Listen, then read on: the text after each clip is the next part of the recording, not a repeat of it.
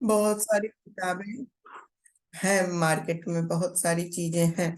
सवाल यही है कि यह संपूर्ण हनुमान ग्रंथ क्यों, इस संपूर्ण हनुमान ग्रंथ को हम क्यों रखें। इस हनुमान ग्रंथ में पिछली बार भी हमने जो बातें की थी वह कि यह एक ऑडियो बुक है और इसमें जो कुछ भी संकलित किया गया है, हनुमान एनर्जी से जुड़ी हुई अनंत रचनाएं भरी पड़ी हैं, अनंत शब्द ध्वनियां भरी पड़ी हैं। लेकिन इसमें जो भी संकलित की गई हैं हनुमान ऊर्जा से जुड़ी हुई चीजें, वह चिकित्सा के रूप में काम करती हैं। और एक मंत्र चिकित्सा एक बहुत महत्वपूर्ण है। आयुर्वेद में देखेंगे तो मंत्र चिकित्सा एक बहुत बड़ा पार्ट है। चरक संहिता में जाकर देखेंगे तो मंत्र चिकित्सा के द्वारा, मंत्रों के द्वारा चिकित्सा की जाती है। और छोटे छोटे छोटे छोटे बहुत सारे मंत्र दिए गए हैं जिनको कि आप जब करते हैं और विशेष तरीके से उसका यूज करते हैं तो आपके शारीरिक मानसिक समस्याओं का, आर्थिक समस्याओं का समाधान मिलता है। किस ग्लैंड पर किस मंत्र का कहाँ क्या प्रभाव पड़ता है, मंत्र यानी शब्द ध्वनिया, तो किस शब्द ध्वनि का कहाँ क्या प्रभाव पड़ता है, उस प्रभाव से आपके शरीर के, आपके मन की और आपके सभी तरह के प्रॉब्लम्स के समाधान मिलते हैं। वह दौर देखेंगे भारत का जिस दौर में बहुत ज्यादा संघर्ष चल रहे थे, बाहर से सत्ताएं आई हुई थी और हमारे देश में बहुत ही ज्यादा अंधविश्वास का, बहुत सारे मानसिक संघर्ष का, व्यक्तिवादी संघर्ष का, लोगों के आपस में कलह चल रहे थे। उस दौर में नैतिकता की चीजें, लोगों को नैतिक रूप से मजबूत करने की चीजें लिखा रही थी। उस समय रसखान लिख रहे थे, उस समय कबीरदास लिख रहे थे, उस समय सूरदास लिख रहे थे, उस समय तुलसीदास लिख रहे, उस समय मतलब बहुत सारे साहित्यकार थे जो सिर्फ इसी प्रकार की, वो उस काल को ही बांट दिया गया भक्ति काल में। हिंदी साहित्य का इतिहास देखेंगे तो वह काल ही भक्ति काल कहलाता है। भक्ति काल के रूप में बहुत सारे ऐसे शब्द लिख रहे थे। तो वो क्या लिखे जा रहे थे वो शब्द, वह वास्तव में मोटिवेशन था, मोटिवेशन के शब्द लिखे जा रहे थे। समाज में जो अंधविश्वास चल रहा था, जो समाज में संघर्ष चल रहा था, आपस में ही लोग भिड़ गए थे धर्म के नाम पर, जाति के नाम पर, समाज में, उनके लिए ये सारे शब्द मोटिवेशनल रूप में रचनाकार लिख रहे थे। ठीक है, उसी समय कबीर लिख रहे थे, मन न रंगाए रंगाए जोगी कपड़ा, जो क्या डरिया बनाए जोगी बन गेल बकरा। तो ऐसी ऐसी चीजों को वो लिख रहे थे ताकि मन से अंधविश्वास हटे और मोटिवेशन मिले लोगों को।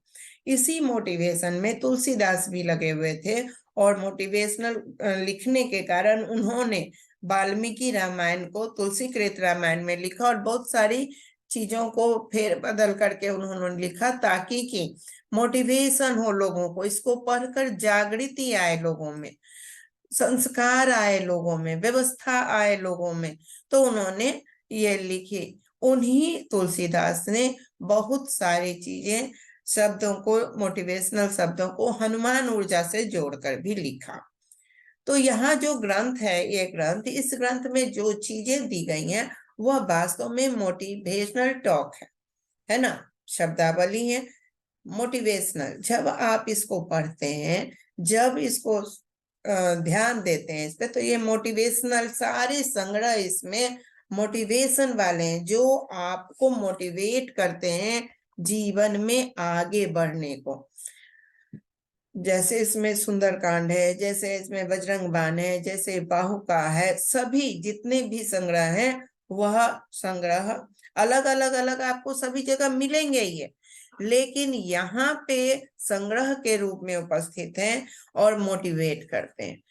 अब मोटिवेट करने के लिए भी, पढ़ने के लिए भी, स्वाध्याय करने के लिए भी समय चाहिए। ठीक है, और वो समय जो है हम लोगों के पास आज बहुत कम है, नहीं मिल पाता है समय। तब सुनने का डिवाइस, सुन सकते हैं हम, हर एक काम करते हुए भी इसे बजाकर सुन सकते हैं। तो यह संकलित है एक जगह और इस डिवाइस से युक्त है।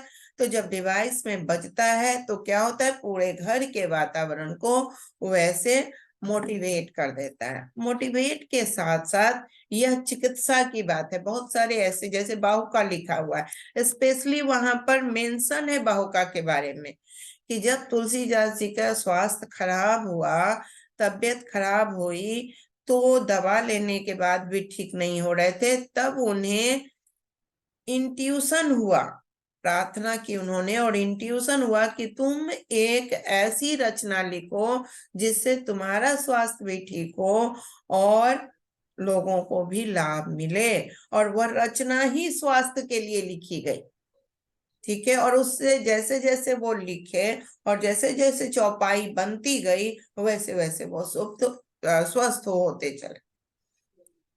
तो इस तरीके से इसमें स्वास्थ्य के लिए, इसमें निगेटिविटी को हटाने के लिए बहुत मतलब विशेष विशेष जो भी कार्य के, चिकित्सा के उद्देश्य से जो विशेष विशेष हनुमान ऊर्जा से जुड़ी हुई चीजें हैं उसको संग्रहित किया। इसलिए ये जब घर में रहता है तो भाव अन्य किताबों के साथ हनुमान जी के रह सकते हैं, लेकिन जब ये किताब घर में, ये पुस्तक, ये ग्रंथ घर में रहती हैं तो भाव ही चिकित्सा का हो जाता है ना। अब मान लीजिए ये मोबाइल है, अगर घर में ये मोबाइल है तो ये मोबाइल चाहे कितना भी काम करे, लेकिन जब घर में मोबाइल देखते हैं, हाथ में मोबाइल आता है, तो पहली बात क्या मोबाइल के बारे में उत्पन्न होती है, कोई बताएंगे? पहली भावना क्या उत्पन्न होती है जब मोबाइल हम हाथ में लेते हैं? तो संवाद की, बातचीत करने की, है ना। मोबाइल जैसे हाथ में आया तो ये प्रतीक है संवाद की, किसी व्यक्ति से हम बात करेंगे, इसके अलावा सब काम करेंगे इसमें, लेकिन संवाद के लिए सर्वप्रथम यह मोटिवेटेड है, संवाद के लिए ये है ना मोबाइल। अब मान लीजिए कि हम ये कंघी हाथ में लिए, ये किस चीज के लिए मोटिवेटेड? चाहे इससे हम हाथ में खुजली भी कर सकते हैं, लेकिन है ये बाल झाड़ने के काम, इससे कुछ भी ले, लेकिन है यह विशेष तौर से, जैसे ही हाथ में लेंगे पहला भाव बाल पर जाएगा, है ना, बाल की ओर जाएगा, काम कुछ भी लेने के लिए। इसी तरह हर चीज का अपना अपना उद्देश्य होता है और उस उद्देश्य से है हर पुस्तक की भी। यह पुस्तक है मेरे पास विभिन्न साहित्यों का पठन पाठन। तो ये जब हम पुस्तक लेंगे विभिन्न साहित्यों का पठन पाठन, तो इस पुस्तक को लेते चल आ जाएगा कि reading and reflecting on text पर हमें किसके पाठ्यक्रम, बीएड के पाठ्यक्रम से। तो ये बीएड की पुस्तक है, ईपीसी 1 में हमें यह बच्चों को पढ़ाना है, ठीक है। सभी लोग ये पढ़ सकते हैं, लेकिन एक विशेष उद्देश्य है इसका कि बीएड के विद्यार्थियों का कोर्स बुक है, पढ़ कोई भी सकते हैं। जिनको जानकारी लेना है कि जीवन में पठन पाठन का क्या महत्व है, विभिन्न साहित्यों को, ग्रंथों को क्यों पढ़ना चाहिए, क्यों ये पुस्तक रखना चाहिए, क्यों घर में रखना चाहिए, वो जानने के लिए, वह सुनने के लिए, तो इसको हम कोई भी पढ़ सकता है, लेकिन इसका विशेष उद्देश्य बीएड विद्यार्थियों के लिए, उसके पाठ्यक्रम के लिए, है ना। तो ठीक उसी प्रकार से सभी जगह सभी कुछ है, लेकिन इस ग्रंथ का विशेष उद्देश्य चिकित्सा का है। जैसे ये ग्रंथ देखेंगे आप अपने घर में, आपके प्रॉब्लम के सॉल्व होने के, आपके इंट्यूशन, आपका दिमाग का तार जल जाएगा, क्योंकि यह मोटिवेशनल बुक और यह संग्रह चिकित्सा के, आयुर्वेद में जो मंत्र चिकित्सा की बात की गई है उसमें हनुमान ऊर्जा के मंत्र चिकित्सा के सारी चीजें यहाँ संकलित है। तो जब हम लोग देते हैं, मैं नहीं जानती मार्केट से लेकर यह भाव उत्पन्न होगा कि नहीं, क्योंकि जब हम ये मार्केट से कभी किताब कोई खरीद लेगा तो खरीद कर पढ़ लेगा, जब ये बीएड के टीचर के हाथ में जाएगा तो वो बता पाएगा कि ओ ये आपके ईपीसी 1 का किताब है और आप अच्छे से इससे पढ़ पाएंगे, ठीक है। लेकिन सामान्य लोगों के पास जाएगा तो वो इसके कंटेंट को पढ़ पाएंगे। तो सामान्य रूप से जाने पर क्या स्थिति बनती है, सामान्य हो जाती हैं। विशेष जगह से आने पर विशेष उद्देश्य समझ में आते हैं। जब आप इसको इनिशिएट कर देते हैं, इसके मंत्रों को चिकित्सा के लिए यूज करते हैं, तब क्या होता है, आप जैसे इसको देखते हैं, इसके पास खड़े होते हैं, तो क्या मन में आता है कि चिकित्सा होनी प्रारंभ हो गई है। चिकित्सा के लिए ये काम करने लगते हैं और फिर आप पलटते हैं और जो चिकित्सा के इसमें जरूरत होती है उस चिकित्सा के लिए आप काम करने लगते हैं। तो यह ग्रंथ इस प्रकार से आपको विशेष तौर पर कार्य करता है आपके घर में। इसलिए हम लोगों ने यह अभियान चलाया है, घर घर, जैसे घर घर वृक्षारोपण, घर घर न्यास योग वाटिका, उसी प्रकार से घर घर हनुमान ग्रंथ। यह हमारा अभियान चल रहता है ताकि हर घर में सुख समृद्धि का आगमन हो, सफलता का आगमन हो और हर लोग आनंद भाव से भर जाए। तो क्यों रहना चाहिए यहाँ पे, आप लोग क्लियर है? सभी लोग ग्रंथ हर घर में क्यों रहना चाहिए? किन्हीं को कोई क्वेश्चन? ठीक है, उषा जी क्यों रहना चाहिए? क्योंकि हनुमान ग्रंथ हमारी बहुत सारी क्या लगभग सभी समस्याओं का एक बहुत बड़ा समाधान है। तो एक जगह है। जब मैं अपनी फीलिंग्स अगर बताऊं तो जब भी मुझे ऐसा लगता है कि मैं अस्वस्थ फील करती हूँ, मेरे हस्बैंड को देखती हूँ, मैं बावका बजाकर छोड़ देती हूँ। चाहे मैं किचन में ही रहूं लेकिन मेरे कमरे में बावका बजते रहता है। जब मुझे ऐसी फीलिंग होती है कि नहीं, मुझे पितृ दोष से भी मुक्त, अपनी फीलिंग्स की बात में बता रहे हैं, या इस तरह का कोई प्रॉब्लम जिससे आपसे, जैसे मैं जानू कि हर तरह की समस्याओं का समाधान सुंदरकांड से करते हैं। जब मैं एकांत अपने कमरे को पाती हूँ तो मैं सुंदरकांड चला करके छोड़ देती हूँ, और 7 बार और हनुमान चालीसा और बजरंग बाण तो बजता ही रहता है।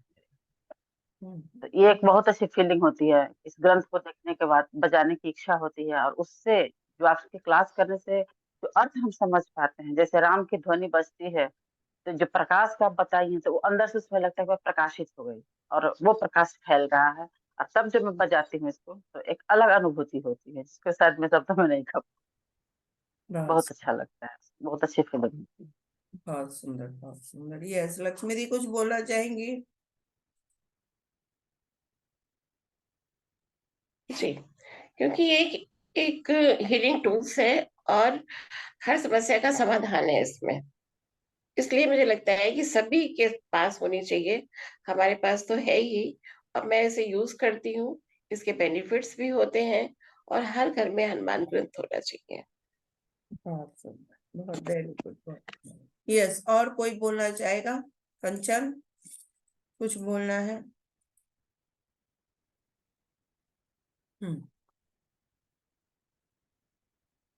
वैसे आपने अभी बोला कि हमारे धर्म शास्त्र में काफी सारे बुक्स हैं और रहे हैं, तो इसका स्पेशल बेनिफिट यही है कि it has voice of its own. हमें उसके लिए एफर्ट नहीं देना पड़ता है कि अगर स्वाध्याय का टाइम नहीं भी है तो ये हमारे लिए एनर्जीज को अलाइन कर देती है।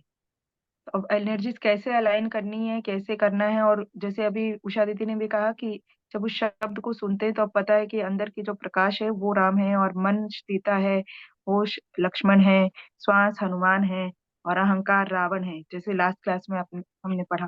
तो वही है कि पढ़ते पढ़ते जो इंसाइट्स जागृत होंगे हनुमान ग्रंथ के साथ, वो बहुत अद्भुत होने वाला है, ऐसा मेरा मानना है। तो मैं सीरियसली उस ज्ञान के लिए, उस विज्ञान के लिए, मुझे लगता है अगर उस तरीके से स्वाध्याय करके कोई भी ग्रंथ को पकड़ा जाए, और यहाँ पे तो ये ऑडियो रहेगा, तो जब भी सुनेंगे घर में ध्वनि भी अगर चलेगी तो हम उस ऊर्जा से कनेक्ट कर सकेंगे जिस ऊर्जा के लिए वाकई में ये सब ग्रंथ हमारे बने थे।